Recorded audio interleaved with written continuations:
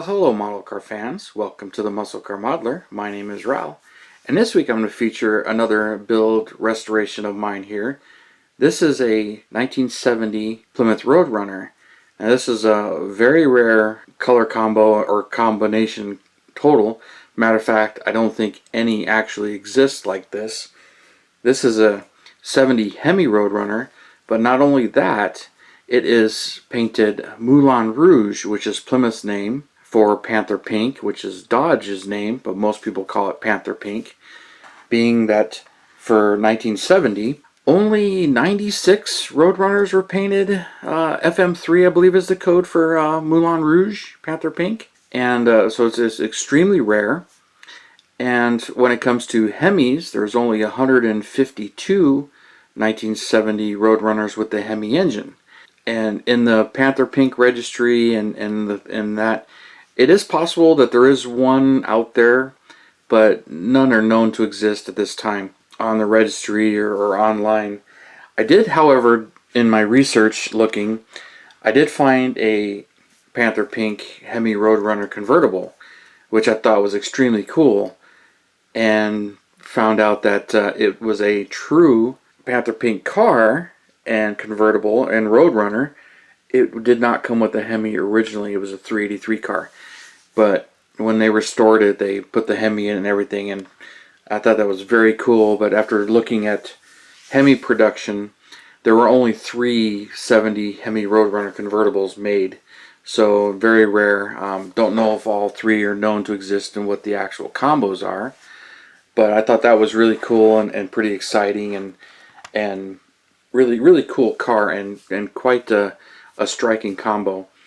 Now, being a very rare color, it would take some serious self-confidence to buy and drive this car around, because I'm sure you're going to get teased driving around in a pink car, even though you've got the top dog muscle and you can really surprise people and, you know, hold your own on the streets at the time, especially if you really started to tweak and modify it. But even out of the box, it was a potent package, even though for 1970 they toned the motor down just a tad by putting in the hydraulic lifters instead of the solid lifters, which made maintenance a little easier on it. And while it kept the 425 horsepower rating, its RPM range was limited a little bit more and not quite as serious of a race motor as it once was. Still a very potent car and a really cool car, especially when, you know, the Hemi cars came with the air grabber hood. That was standard with the Hemi, but the stripe package was still an option. Most of them got it, but getting the performance hood treatment, as it was called, and then the dust-tail stripes there, I had to do all that, and that's how I really envisioned this car. I'm really happy with the way it turned out, but this one, I did something I didn't normally do, and only because I usually buy cars I know I'm going to restore them or at least tweak them a little bit, and that was my original intention with this one and another one that I had purchased and I had shown before. This is a Johan 70 Roadrunner, and they're very rare, hard to find. So, and it was a holy grail of mine. I wanted to have one of those in my collection. I've got a lot of Johan muscle cars, and I really wanted one of these in my collection, and I hadn't found one. Same with the 70 GTX. I had both the 69 Roadrunner and GTXs, but the 70s just eluded me. And I'm like, sooner or later, you know, I'll get some, and that chance came around on Facebook. Frank Swartwood, I think I said that right, I apologize if I didn't.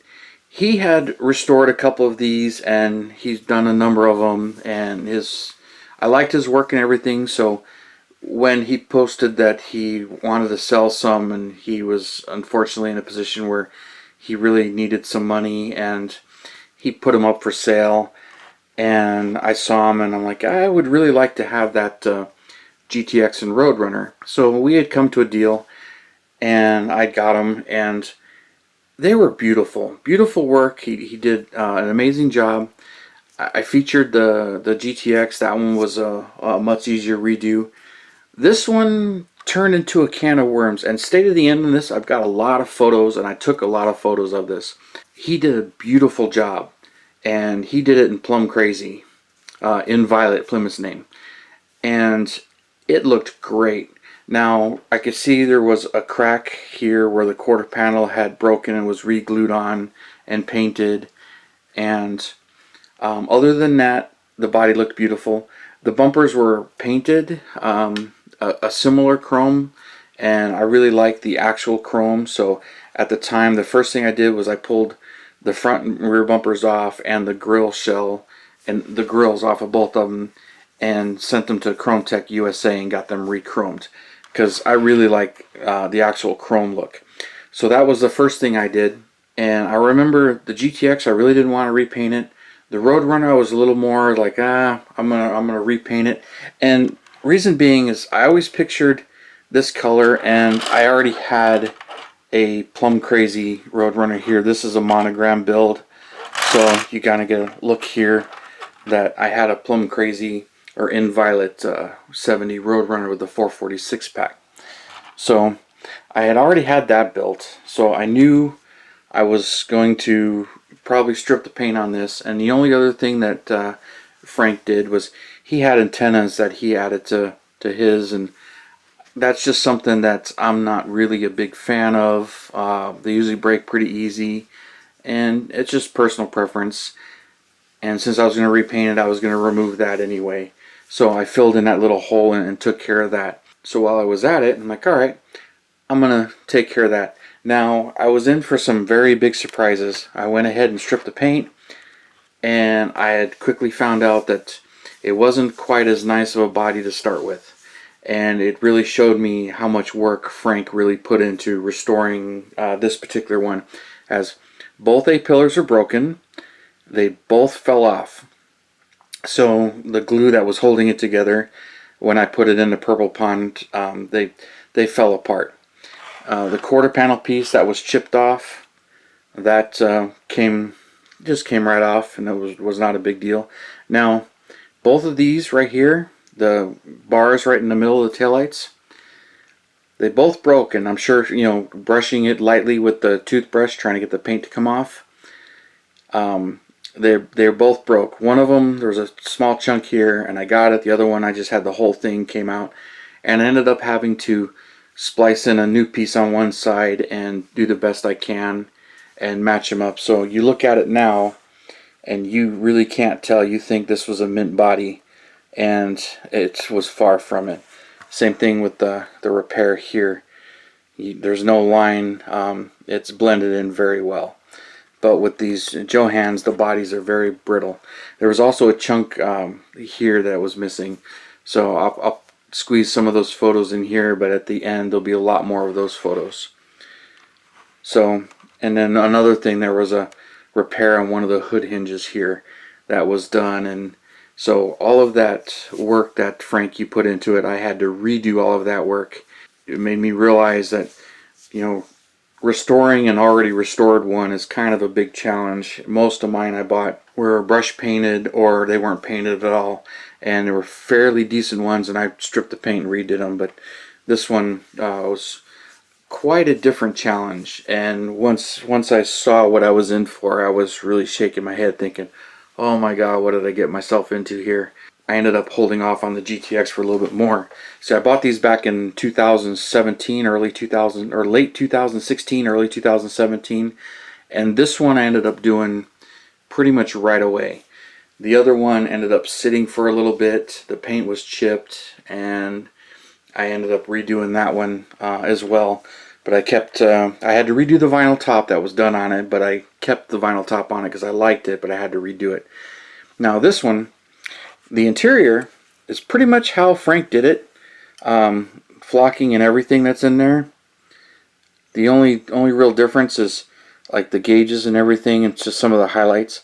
Now the chrome, I went over all of the chrome with the Multilo pen, so the chrome really pops now, and reattached these quarter windows and kept all of that. And there's just a few touch-ups, but for the most part the interior I really didn't redo. I kept the rally wheels on this one and the AMT pad printed tires, kept those on it. The GTX had Magnum 500s, and I needed those for another build, and I wanted to keep the rally wheels on it. Now the hood, let's get this open. It's got the functional air grabber, which that's from Johan, and then the Hemi engine. Now it's wired. Frank did that. I didn't do any of that. For the most part, the engine I really didn't touch up. The whole engine compartment was completely repainted. A lot of the trim was redone, and the wire detail painting, I redid all of that. But the engine itself, I pretty much left alone, other than the Keith Marks decal there. Now the underside, I repainted the entire chassis, exhaust and everything, just detail it the way I like to detail it, and painted the tranny and the bell housing, but left the engine alone as far as the orange goes, and kept all of that. So half the motor I redid, hardly any of the interior, but the rest of the car I ended up redoing and re-chroming, and really happy, and added the hood pins to it. Those are Model Car Garage hood pins, and I painted the hood performance treatment on it, and the Hemi decal and the turn signals on the back of the hood, which not too many people realize those are actually there, but somewhat of a rare option. But she came out beautiful, and I'm extremely pleased with it and how it came out, and was kind of nervous about redoing it because it was such a beautiful model, and I don't buy other people's work to display as my own, but this one was a very nice build, but I had to redo a few things to redo it in my vision, which I'm really happy with the way it is. So Frank, I hope you don't mind. You did a wonderful job, but I had to just kind of make it my own. But man, that was a lot of work.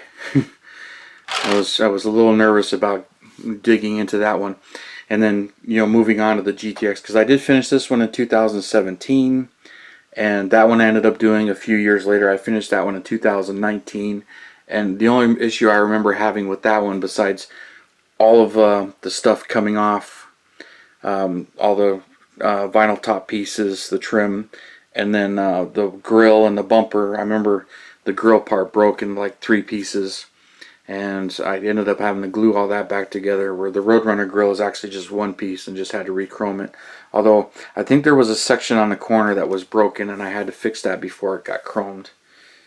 But it's quite a bit of work, and I love my restorations, and I'm really proud of them, and they're a lot of fun to do, but they are a completely different challenge for model building and all of that stuff. But anyway, that's a little bit of rambling on this, but I hope you guys really like it, and for such a rare color combo and everything. By the way, I did find 1 or 2 446 packs in the registry, or known to exist, GTXs, and I think there was one Roadrunner and one GTX that were factory FM3 pink cars. So really cool, and they kind of look good together, even though this one's a 1/24 scale and this one's 1/25, so they're completely different scales. But much easier to find this kit, even though now this one's getting kind of expensive as well. So maybe that'll come back around. But love the Roadrunners and the story behind them. So enjoy the slideshow at the end, and thank you for your subscriptions and your shares and your comments and your likes. I really do appreciate all that. And you guys, you have a wonderful weekend, and I will see you next Saturday.